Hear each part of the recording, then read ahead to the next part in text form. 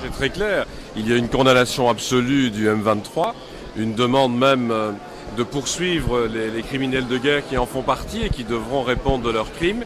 Et puis surtout de demander un véritable dialogue entre les pays de la région. Il faut d'abord arrêter tout soutien externe à la rébellion et entamer un véritable dialogue. Il faut que l'on puisse à un moment donné, non seulement entre le Congo et le Rwanda, mais avec tous les pays de la région, repartir, reconstruire. Et il y a des thèmes importants comme celui des réfugiés, de la protection des frontières, de l'exploitation des ressources, qui sont des thèmes fondamentaux à traiter un jour dans un dialogue. Mais la première chose, c'est d'arrêter la rébellion. Et c'est pour ça que la condamnation très forte du M23, comme la condamnation de tout soutien extérieur, étaient des éléments importants de la réunion.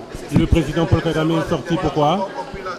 Il faut lui poser la question. Je pense simplement que la ministre des Affaires étrangères était là, qu'on a continué normalement la réunion et que les messages principaux restent la condamnation de la rébellion, la demande de faire cesser cette rébellion, de refuser l'impunité, donc de poursuivre les criminels de guerre qui en font partie et d'espérer que tous les pays vont supprimer tout soutien extérieur et plutôt aider à mettre fin aux violences. La prochaine étape, quelle est la prochaine étape ? La prochaine étape, pour ce qui nous concerne, nous irons bien entendu au sommet de la francophonie à Kinshasa. J'espère que ce sera l'occasion encore de nouer des contacts sur le terrain. J'espère surtout que d'ici là, on verra progresser la situation. Mais il appartient d'abord aux pays de la région de renouer le dialogue.